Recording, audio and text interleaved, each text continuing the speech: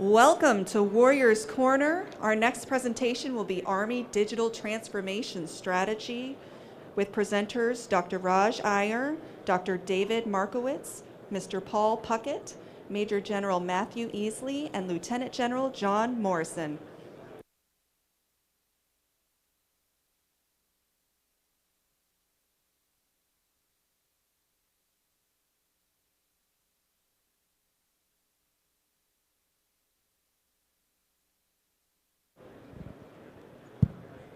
Morning, everyone.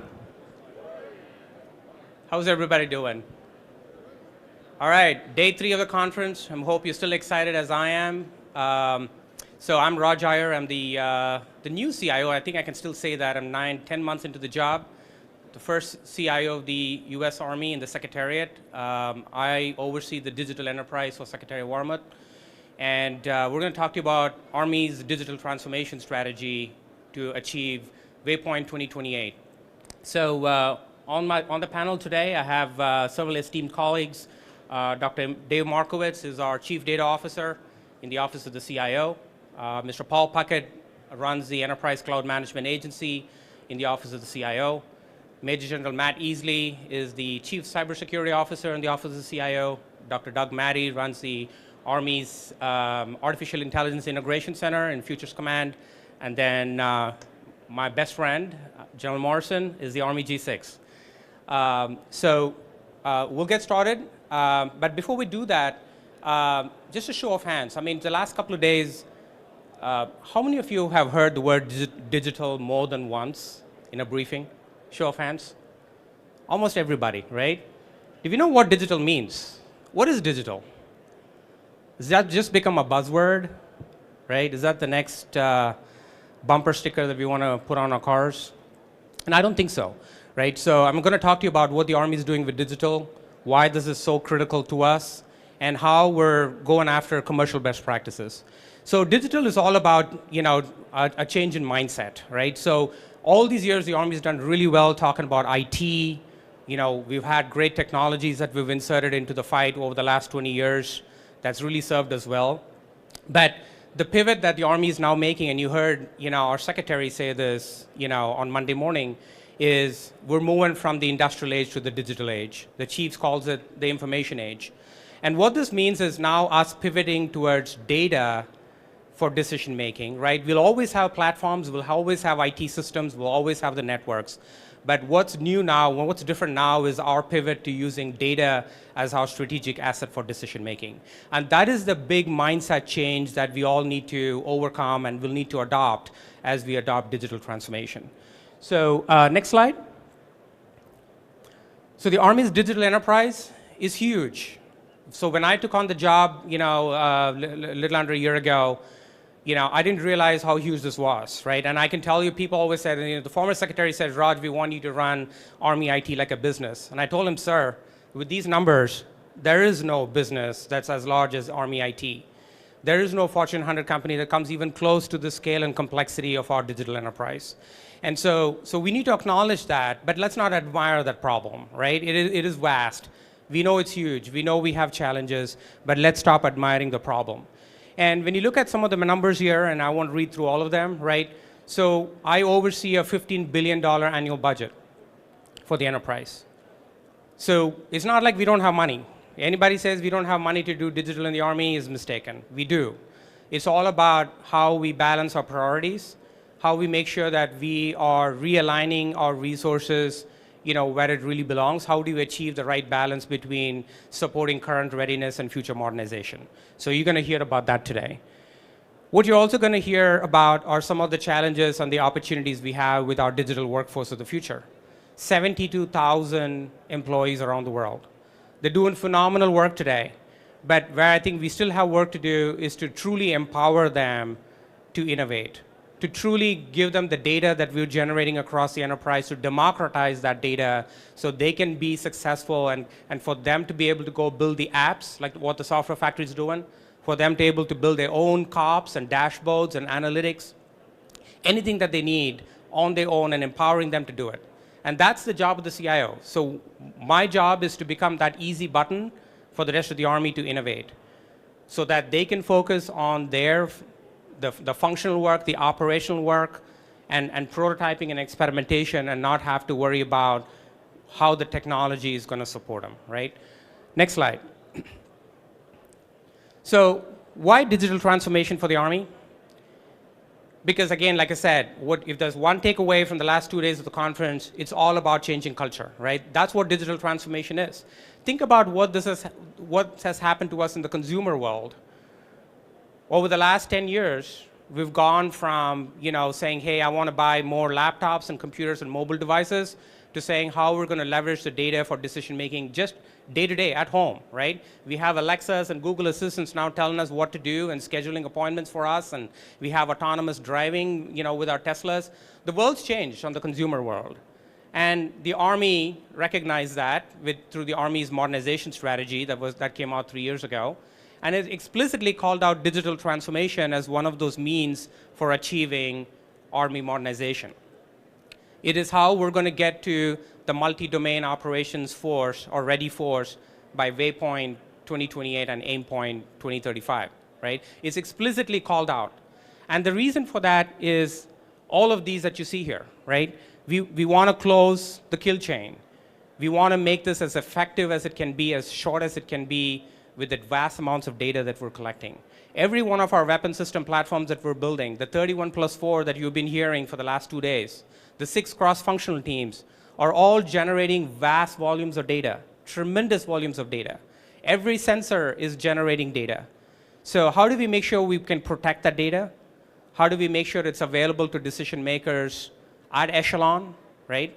How do we make sure that we're able to move that data across our networks in DDIL environments, right? We know that we're going to be in congested, denied, degraded, intermittent, environments. How do we do that? And how do we make sure that cybersecurity is built into this from the get-go? It cannot be an afterthought. That's how we've operated all these years, right? We've always built IT systems or platforms, and then we worried about how we were going to secure it. Digital transformation is all about moving cybersecurity front and center to how we're going to transform. It's about how we're going to protect the data at the edge and all the way up to the strategic network. And that is absolutely imperative.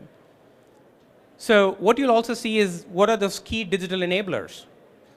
Those key enablers are cloud, right? Because when you look at large volumes of data, our traditional approaches to storing them on-premise or on servers is no longer really helpful or useful, right? So this is where cloud comes in. Cloud computing comes in because it gives us truly unlimited capacity to be able to store and process large volumes of data. It is absolutely critical that we look at AI and machine learning technologies, because when you look at this volume of data, our analysts, our hundreds of analysts sitting in rooms, cannot pour over this data anymore. It's just not feasible anymore, right? So it's absolutely critical that we have machine learning and AI to be able to process these large volumes of data, and then to be able to support commanders with decision making. It's about cybersecurity, right? At every piece of this, end-to-end puzzle, not just protecting systems or networks, but it's protecting data, all the way through its life cycle. And then we talked about the network. The network is absolutely fundamental to achieving multi-domain operations. You heard about our plans for the unified network yesterday. We released the Army Unified Network Plan as part of the rollout here at AUSA. We have a solid plan under the leadership of General Morrison to go execute that. And that is, again, a top priority through the network cross-functional team, for the PEOs, and for me as a CIO. Next slide. So we have some challenges, though, right? So let's acknowledge them. We don't need to admire them, but let's acknowledge them. From a cloud perspective, last year was all about us in the Army establishing our accredited cloud environments in unclassified and classified environments. And there was a lot of discussion around whether the Army should wait for the JEDI contract to come through and that would be our solution. Well, we didn't wait. I guess we all know where JEDI landed up, right? So we were fortunate under the leadership of Mr. Puckett to lead this effort to establish unclassified and classified clouds. And now we're at a point where we can actually scale and operationalize that environment. Now, that doesn't mean just moving apps to the cloud. but truly leveraging the cloud as part of our unified network to be able to move, process large volumes of data all the way up down to the tactical edge and back. We know we have challenges with our network, right? And we still have, I mean, our tactical networks actually are pretty robust and have done a tremendous job all the way up to us, retrograding and new operations, the very last thing that we did out of Afghanistan, right? The network was the last thing that got pulled out when we moved out of Afghanistan. Played a tremendous role, worked awesomely well, right? But the future fight is not at the brigade combat team level, right? If there's one takeaway from the conference, this is going to be a core division level fight. And that means that we now need our networks fully integrated on the tactical side to the operational and to the strategic, right? And we need to see this. We need to have a common operating picture of this network like it's one unified network. And we need to be able to work through all of the issues around reciprocity and who owns the network and who owns the cybersecurity risks associated with who owns which part of the network and the applications that go on the network. Absolutely critical. And we have to be able to take advantage of all the innovation and the modernization that the private sector is doing on commercial transport and fiber, right? You'll be amazed at how much some of the hyperscalers and the cloud service providers have now invested in actually putting in commercial fiber all around the world in places that we thought we, the DoD and the Army, were the only ones that existed. So it is our best interest to ride on this, the investments, the billions of dollars that investment that the commercial sector has made in putting together the infrastructure and the capabilities with the right cybersecurity in place, and that's where zero trust comes in, right? So from a cybersecurity perspective, our attack surface area has now exponentially increased. In the past, we had to worry about just protecting IT systems. Now it's all of the operational technology, the OT, it's the Internet of Things, it's the SCADA and ICS devices. The lessons learned from 2021 were that we're most vulnerable with our critical infrastructure. And our weapon system platforms have not kept up with the changing dynamic threat environment, right? So that needs to be resolved. From a data perspective, I think we've done a tremendous job in establishing our Vantage Army data platform. That's now truly helped us democratize data at all echelons. We literally have thousands of users at all levels generating thousands of dashboards on a daily basis and being used by commanders all the way up to 4 stars today, right? I couldn't have said that 5 years ago. If someone said, hey, where did that data come from? It was a bunch of people doing PowerPoints. We have now changed that culture, that mindset to actually leveraging data from authoritative data sources. But we need to continue on the journey because our journey now is JADC2, right? Executive analytics is great, but if we need to support multi-domain operations, it's how we're going to use that same data and the interoperability of that data across weapon system platforms. How do we enforce that very early in the life cycle of these new 31+4 programs? How do we make sure that that interoperability for data, and APIs and microservices are not getting traded off, by PMs in the acquisition process? That's the journey we're on now. And then, most importantly, from a people perspective, right? At the end of the day, we fight with our soldiers. All of these technologies are great, digital is great, but at the end of the day, it is absolutely critical that we upskill and reskill our workforce, and that includes the military and the civilian population to make sure that they can truly be, take advantage of digital technologies and drive innovation across the Army. Our software factory that you heard about on Monday, right here at the Warriors Corner, perfect example of one of those things that we have strategically invested. My office is working hand in hand with the folks down in Austin, in terms of establishing accredited environments for them to do DevSecOps, right? It's about changing culture, so the security in DevSecOps is absolutely critical. How do we shift left? How do we make sure that it's not an afterthought and we're cutting down our ATO cycles from 6 to 9 months to 30 to 60 days? That's the journey we're on. Next slide. So the Army Digital Strategy that is going to get released here, at the end of AUSA, codifies this into a single integrated framework for us to now all pull together, right? We've done great work for the last few years. What the ADTS lets us do is to achieve unity of effort. If you don't have this, commanders are going to do what they're good at doing, execute and operating their mission. PMs are going to do what they're best at doing, which is sticking to cost, performance, and schedule and what's in the requirements for their program, right? What the ADTS does is gets, the CIO and the senior leaders strategically engaged to make sure that we are overseeing the policies that we've established. And there's quite a few policies that we've already established in 21, right? To say that we are going to be cloud native with everything that we do. You heard the next generation combat vehicle CFD yesterday talk about how cloud is an integral part of the requirements process for the next generation combat vehicle.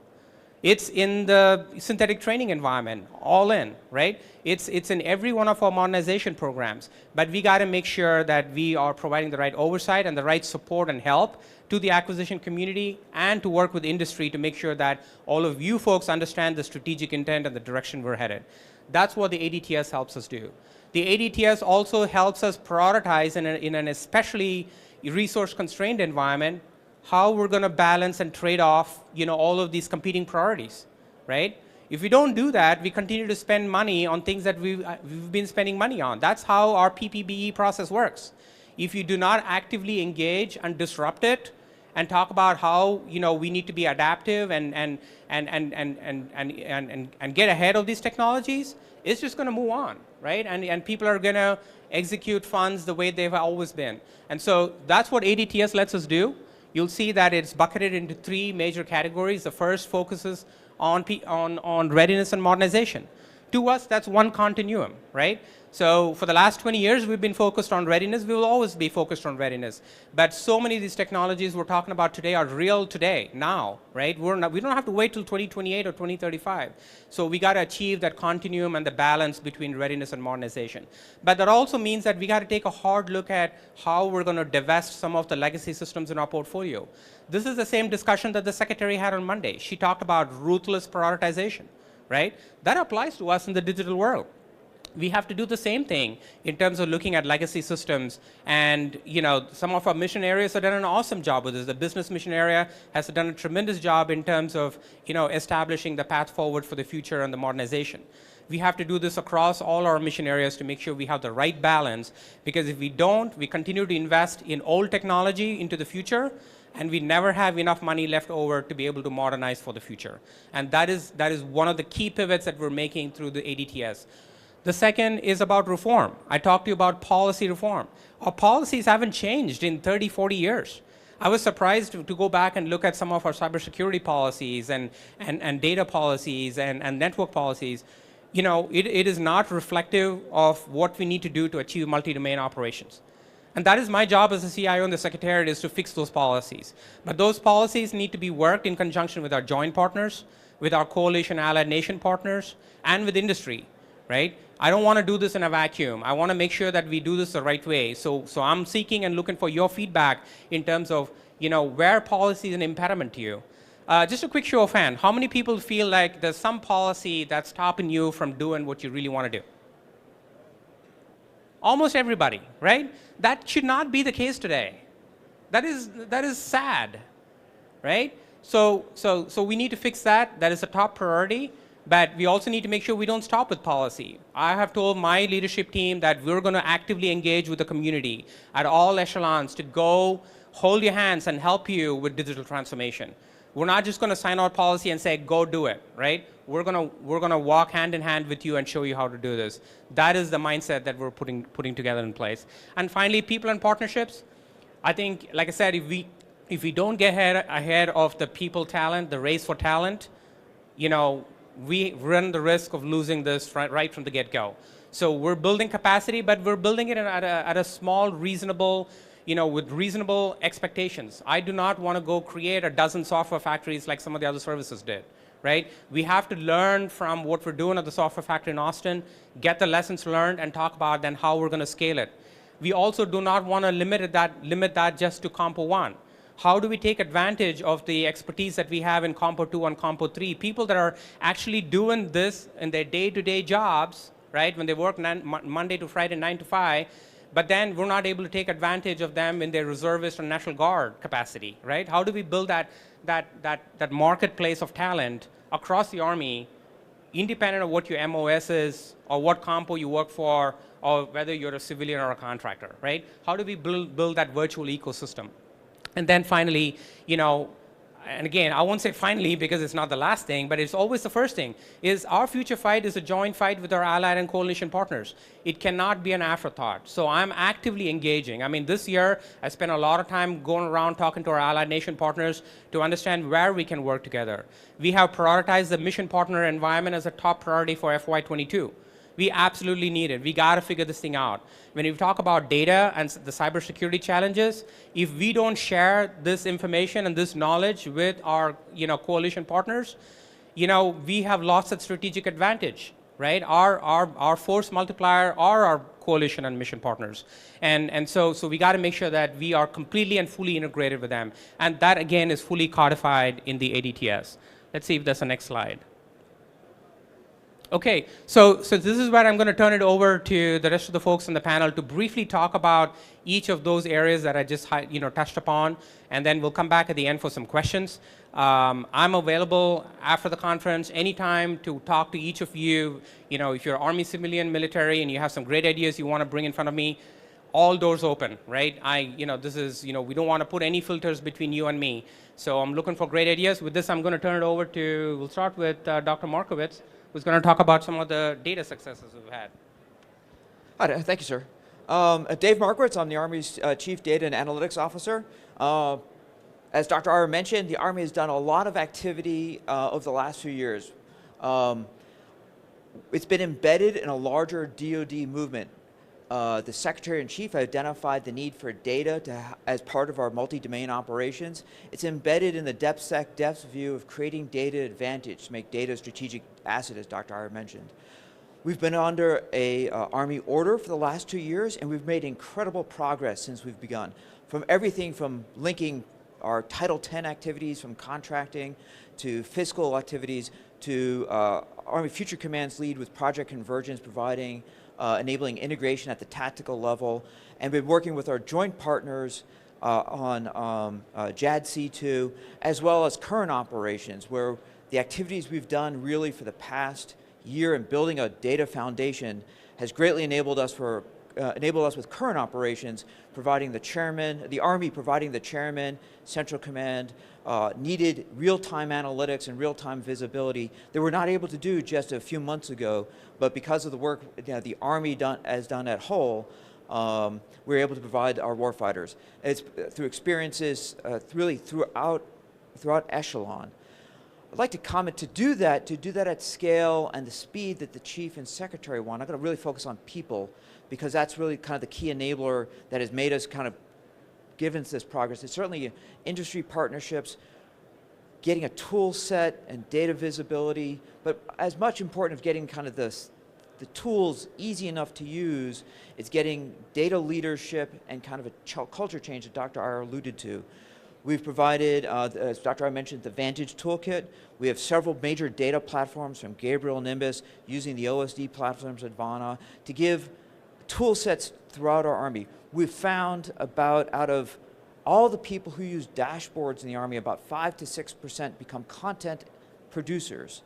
And to enable the Army to produce at speed, we have to make the tools and data easily available for them, so that if it's in front of a battalion commander, division commander, a Title X leader like the CIO or acquisition leader, they have the tools readily available and can be customized at that point of need.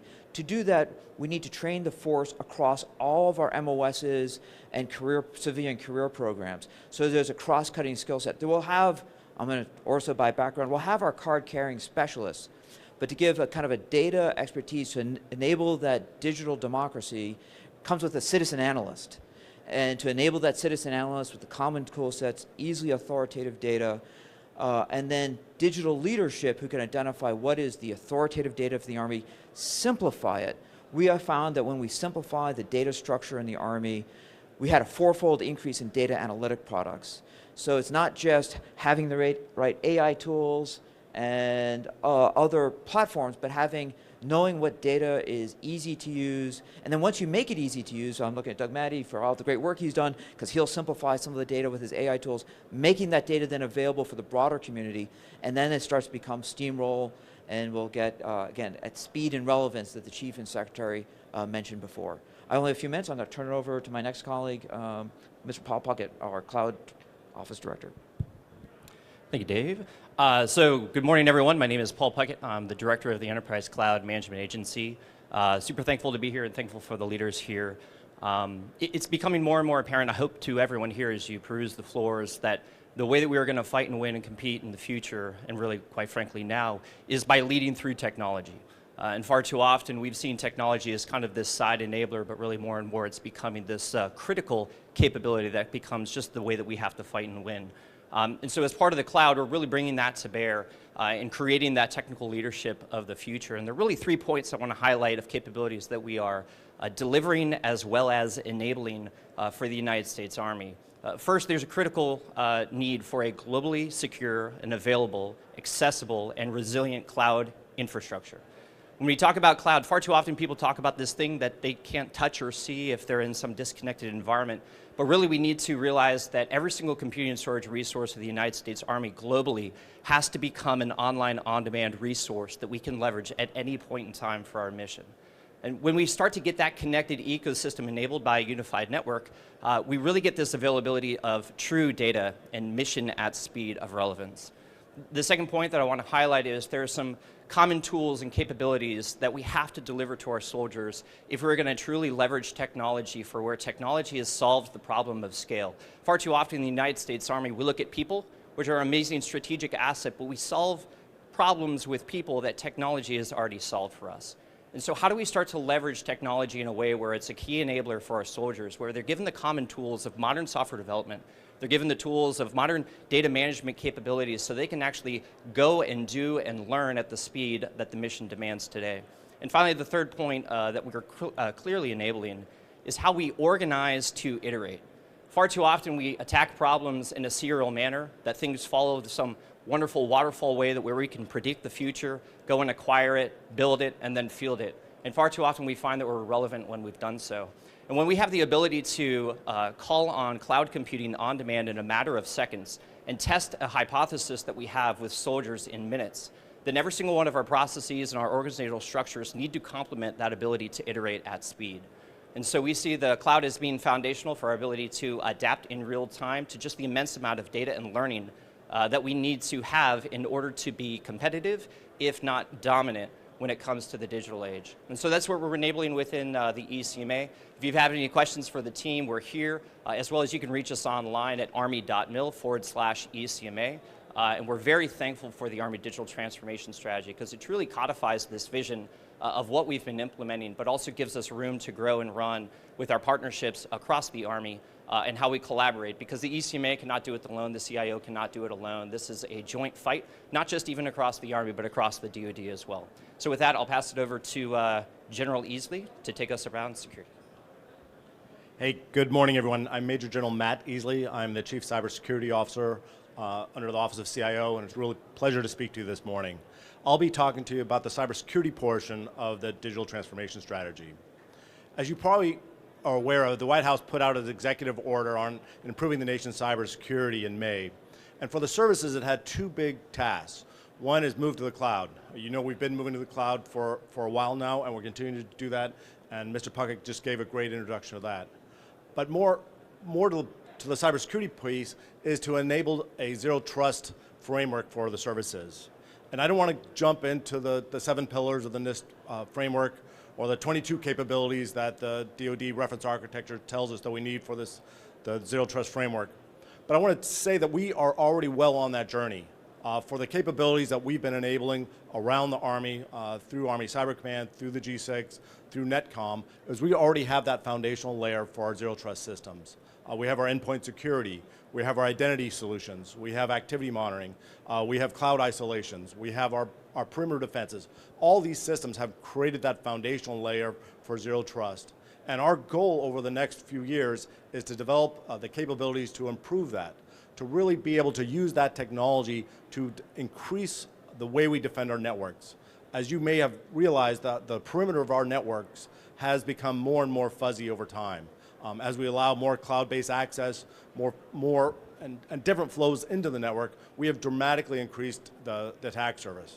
We've dramatically increased the number of endpoints we have on the system. I mean, hundreds of thousands of traditional endpoints, and hundreds of thousands of individual users, hundreds of thousands of operational technology devices, and with the Internet of Things, millions more we know are on the way, and we know we have to create the framework to do that. To do that, we know we need data. We've talked about data. We have to have data standards so that data is coming into our systems in a coherent way. We know we have to use the cloud to do it because that's the only way it's going to scale to a million-person organization. And then finally, we need architectural standards to really understand how to bring the network together. Part of our current activities is also really, as you've heard all the prior speakers talk about, is our workforce. We're doing a zero-based review of the Army cyber workforce this year through an NDAA requirement, and we'll continue that as we adapt our workforce to this new reality of our systems. To keep this short, I'm going to turn this over to my former deputy when I was the director of the AI task force, and really proud to turn the mic over to Dr. Doug Matty, the director of our AI center. Thank you. Hi, good morning. So Dr. Doug Matty, I'm the director of the Army's Artificial Intelligence Integration Center in Pittsburgh, and I'm very pleased to join the team because it is a team effort. What I think you've heard in most of the comments is really an underlying theme that we're developing holistic capabilities. And so while there's a tendency to focus on the material solution or the technical solution, one of the key lines of effort that you'll see in the strategy is our approach to people, training, and especially leadership, because that's really what the Army does, is we produce leaders as one of our key capabilities. And so with our efforts, be it the software factory where we form those teams and allow them to go forward and solve a number of those issues that are potentially easy in the view of some, but actually raise up to the operational or potentially strategic level because of scale. We're looking forward to continuing to do that work and continue that progress. Also with the artificial intelligence center, we have what we call the AI factory, and that's where we'll catch a lot of those folks that we're building with regard to the specialized talent that you heard referenced before. So the key thing that we'd like to highlight is really is the model that we look at is we're trying to build capabilities across the Army for our people. So it starts with the top, with the leadership, right? Informing them through data-driven leadership opportunities and courses. We have the scholars level where we have those professionals that are, no kidding, the world's thought leaders on AI, machine learning, and those advanced techniques, right? But really the center of gravity for us, we believe, is our AI technicians program, and that's where we have folks. We all love to go build the sandcastles, and no one wants to build the sandbox. But we have the AI technicians that will actually work with Mr. Puckett and the other folks here. We'll spin up those instantiations. We'll build those cloud platforms, and we'll allow them not only to build that out and support the engineers that are doing the work, but then also become those master gunners, if you will, and train our AI users. Because as you know, it'll take a broad scope of effort to train those users that understand the difference between, I'll say, our current systems and those that are going to be AI enabled, right? Because there's other implications, not just to be able to use it efficiently, but you also have to think about the ethics, the policy, those other more robust considerations that come with AI enabled capabilities. And so with that, sir, I'd like to just turn it over to you and look forward to having any discussions about our people approach and where we're taking it. Thank you, sir. I am going to be very, very brief so we can leave a little bit of time for questions. First off, Dr. Iyer, thank you for letting me be a part of this panel and for all the great teamwork and support. It is fantastic to be your wingman. So if the audience takes anything from the last couple days, whether you were at the Warriors Corner yesterday when we talked about the unified network, or you're here today, or even some of the comments by our senior leaders, unity of message and a clear understanding that we're at an inflection point. And so foundational to everything you heard these great gentlemen talk about is this notion of a unified network that allows us to deliver strategic, operational, and tactical effects at the time and place of our maneuver commander's choosing. It enables cloud, it enables AI, it's got security built into it because our adversaries are thinking adversaries. So the vision that Dr. Iyer has laid out is underpinned by this notion of a unified network. And as you've heard several times, we are at an inflection point, and the unified network is not simply a requirement, it's an operational imperative. Thank you, and I look forward to your questions.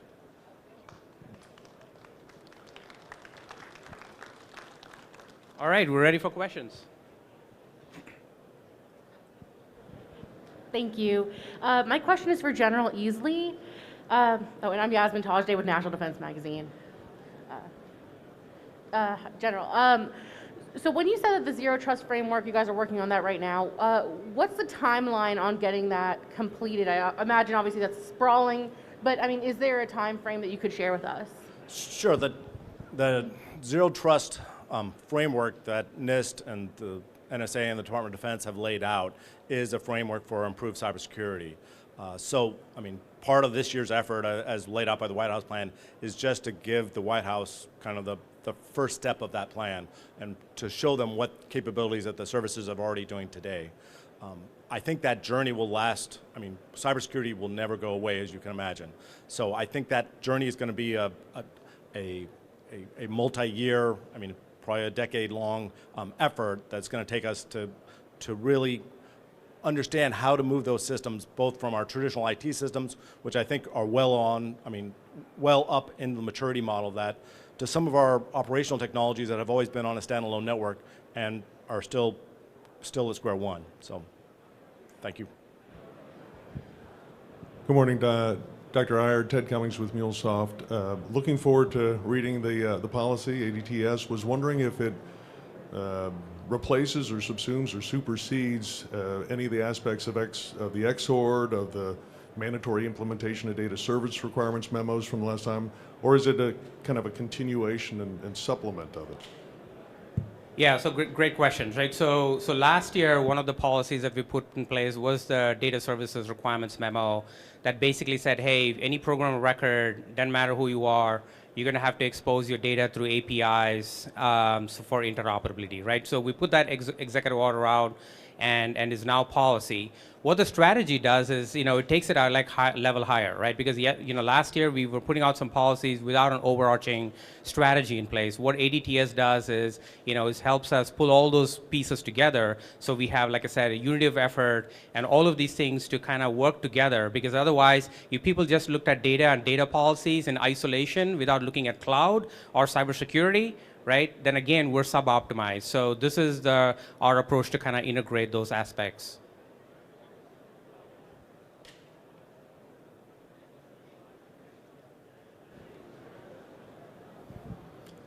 Good afternoon. Jim Perkins, I'm a major in the Army Reserve. I have a question about the people side of things and to the detail that you can share in this forum. As an Army Reservist, I love supporting technology efforts in the Army. It matches my day job, as you mentioned, to what I get to do.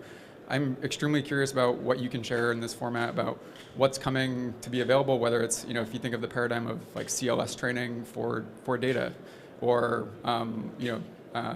whether it's a new functional area, new skill set, new ASI, things like that. You have a large audience of soldiers who are interested, I think.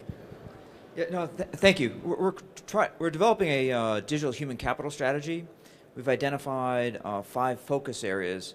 The one we've done the most work in is on data, but we're trying to work in like cloud architects, cybersecurity, to identify how many of the skills need to be put across broad MOSs for kind of training, and then which ones may be more kind of core specific.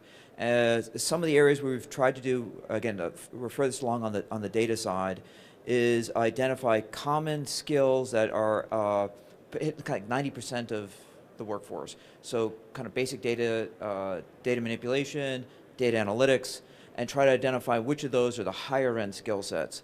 Our next step is then to make sure that is visible across the TRADOC school sets, to make sure that we're enabling them with view. Now, some have already moved forward, like, Love Fort Lee, CASCOM has already incorporated a lot of data analytics. Cyber Center of Excellence has already started to include that as well. But we want to make sure we kind of get a common metric about skills across. We're also interested, as General Easley mentioned, the zero baselining, to make sure our cyber workforce is trained to do the work that they're doing and making sure they match, right?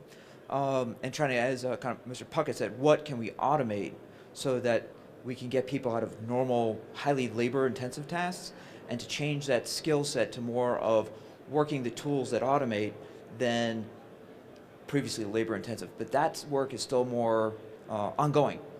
And as kind of General Easley pointed out, I'm looking at him, if the zero baselining review, right there, oops. Hi, Nami. Will be continuous kind of review. Are we about right?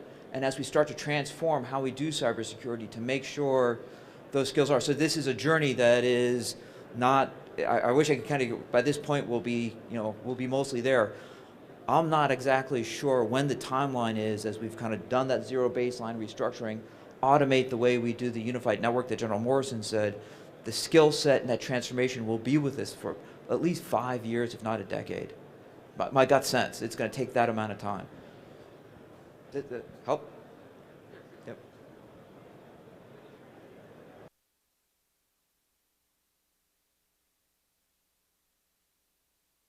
Okay, I'm being told we're out of time. So again, thank you so much for taking the time to stop by. Looking forward to engaging with you. Please don't, make this the last time we have this conversation, because if this is cultural transformation, this includes all of us. It includes all of you. We need your help and support. So if you need help understanding what the strategy says and the role that each of you play, don't hesitate to reach out to us. We're here to help you. And have an awesome Army Day out here.